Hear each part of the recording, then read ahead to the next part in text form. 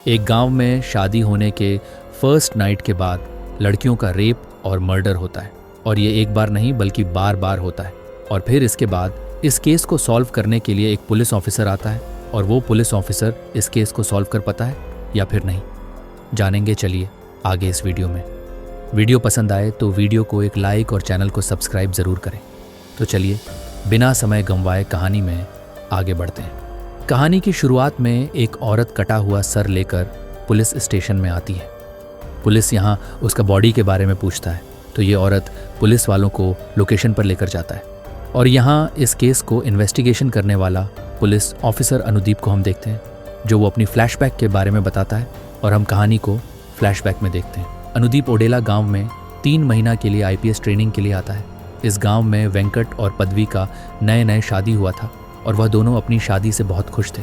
उधर पदवी की एक्स बॉयफ्रेंड विवेक पदवी का गम भुलाने के लिए वो फुल टल्ली होता है, और नशे में विवेक सुसाइड करने का बात करता है। तभी विवेक का दोस्त विवेक को एक एडवाइस देता है कि धोखा उसने तुम्हें दिया है तो तुम्हें क्यों मरना है, इसके बदले में उसको ही मार देना बेहतर होगा।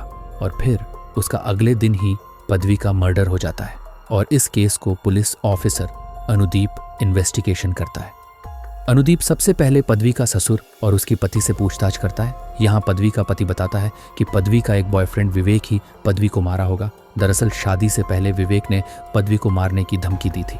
उसके बाद पुलिस विवेक को अरेस्ट करता है और उसको पूछताछ करता है। पूछताछ के दौरान पुलिस विवेक को जबरदस्ती हाँ कहलवाता है, लेकिन अनुदीप को यहाँ शक था कि विवेक खूनी नहीं है। दरअसल खूनी राइट हैंडेड था और विवेक लेफ्ट हैंडेड था, और इसलिए विवेक को छोड़ दिया जाता है। फिर उसके बाद वहाँ पर पुलिस को किसी का कॉल आता है और उन लोगों को सूचना देता है कि गांव में और एक मर्डर हो गया है। अनुदीप जल्द ही अपनी टीम को लेकर वहाँ पहुँच जाता है। यहाँ आकर अनुदीप देखता है कि पदवी वाली केस और ये केस काफ़ी मिलती जुलती है, और इस बार भी एक नए शादीशुदा लड़की का मर्डर हुआ था। उसके बाद रात को अनुदीप घटनास्थल पर पहुँचता है। यहाँ उसको क्लू के नाम पर एक फ़ोन मिलता है। इस फ़ोन पर अनुदीप को खास सबूत तो नहीं मिलता है, लेकिन उसको एक ऑडियो हाथ लगता है। फिर उसके बाद पुलिस का टीम इस ऑडियो के जरिए गांव के सारे लोग से पूछताछ करते हैं। ऑडियो का द्वारा यह केस सांबा नाम का लड़का तरफ इशारा करता है। दरअसल सांबा शादियों में फोटोग्राफी करने का काम करता है, लेकिन बदकिस्मती से सांबा का आवाज़ मैच नहीं होता है, और अनुदीप का एक सस्पेक्ट भी चला जाता है। उधर हम हस्बैंड वाइफ को देखते हैं, जो इसका नाम राधा और हस्बैंड का नाम तिरुपति होता है। दरअसल ये लोग कपड़े प्रेस करने का काम करते हैं। तिरुपति दिन रात दारू पीने के अलावा और कुछ नहीं करता है। अगले दिन हम देखते हैं सरपंच अपनी बेटी की शादी का कार्ड देने पुलिस स्टेशन आता है। यहाँ अनुदीप सरपंच को ये शादी रोकने के लिए कहता है। दरअसल गांव में हो रहे मर्डर खास में नए शादीशुदा लड़की पर होती है, लेकिन सरपंच अनुदीप का बात को टाल देता है और वह अपनी बेटी की शादी धूमधाम से करता है। ये शादी में गांव वाले बहुत एंजॉय करते हैं, और तिरुपति भी दारू पीकर खूब मस्ती करता है। लेकिन शादी में सांबा सरपंच का बेटी को गलत नज़रों से देखता है। उधर अनुदीप को शक था कि किलर का अगला टारगेट सरपंच की बेटी होगी, इसलिए अनुदीप अपने टीम को वहां मुबारक देने जाने के वजह वो उन लोगों को ड्यूटी पर भेज देता है। उसके बाद अगले दिन सरपंच की बेटी अपने सहेली को स्टेशन तक छोड़ने के लिए जाती है। तभी अनुदीप अपने कांस्टेबल को फॉलो करने के लिए कहता है। यहाँ जैसे ट्रेन पार हो जाता है, सरपंच की बेटी वहाँ से गायब हो जाती है। ये देख कांस्टेबल अनुदीप को खबर देता है, और यहाँ दोनों कांस्टेबल मकई का खेत में उसको ढूंढने लगते हैं, और तभी वहाँ पर अनुदीप भी पहुँच जाता है। अनुदीप का नज़र किलर में जाने से पहले ही वह किलर सरपंच का बेटी को ख़त्म कर चुका था। उसके बाद किलर वहाँ से भागने का प्रयास करता है, लेकिन इस दौरान किलर अनुदीप का हाथ लग जाता है। वो और दूसरा कोई नहीं बल्कि तिरुपति का भाई चंदू होता है। उसके बाद अगले दिन सरपंच पुलिस स्टेशन आता है। यहाँ सरपंच पुलिस को 10 लाख देकर चंदू को अपने साथ लेकर जाता है। उधर इस बात का खबर राधा और तिरुपति को होता है। वह दोनों अपने भाई को ढूंढते हुए पुलिस स्टेशन आते हैं। यहाँ अनुदीप उन दोनों को बताता है कि गांव के सरपंच चंदू को ले गया है।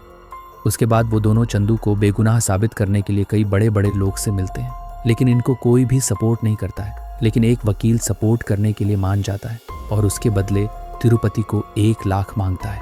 तिरुपति के पास इतना पैसा ना होने के कारण वह चुप हो जाता है। उधर सरपंच चंदू को अपने तरीके से टॉर्चर करता है।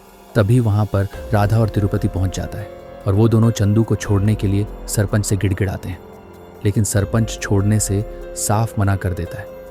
उसके बाद ट्विस्ट तो तभी आता है जब अगले दिन सरपंच को अनुदीप का कॉल आता है और उसको चंदू को छोड़ने के लिए कहता है। दरअसल गांव में और एक नई शादीशुदा लड़की का रेप और मर्डर होता है। उसके बाद सरपंच चंदू को गंभीर हालत में उनका घर पहुंचाता है और इलाज के खर्चे भी राधा को देता है। लेकिन राधा यह कहकर उस पैसे को ठुकरा देता है कि हमारे घर में गरीबी है, न कि हत्यारे।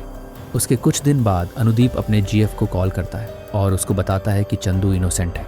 लेकिन अनुदीप को यह केस सॉल्व करने के लिए और एक मौका का तलाश करता है। तभी उसकी जीएफ अनुदीप को बताता है कि अगर किलर का टारगेट नई शादीशुदा लड़की में है तो क्यों ना अगला शादी हम दोनों करेंगे।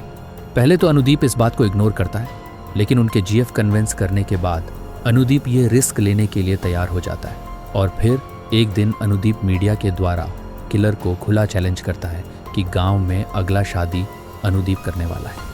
अनुदीप का गर्लफ्रेंड आते ही वह दोनों मंदिर में शादी करते हैं। शादी के दौरान यहाँ सांबा अनुदीप का पत्नी को बहुत ही गलत नज़रों से देखता है। शादी होने के बाद अनुदीप एक घर में आते हैं। यहाँ उसको किलर का एक मैसेज मिलता है, जो किलर भी अनुदीप को खुला चैलेंज करता है। उसके बाद अनुदीप तिरुपति को पार्टी के लिए कुछ पैसे देते हैं और वो उस पैसों से तिरुपति, सांबा और चंदू पार्टी करते हैं। वह लोग फुल टल्ली होने के बाद वहीं पर सो जाते हैं और उधर हम देखते हैं राधा अकेली सोती है। तभी आधी रात को उसका नींद टूट जाता है। तभी एक चूहा के कारण ऊपर में रखे गए एक बक्सा नीचे गिर जाता है। यहाँ राधा देखती है कि इस बक्से में कई सारे कपड़े और गहने हैं।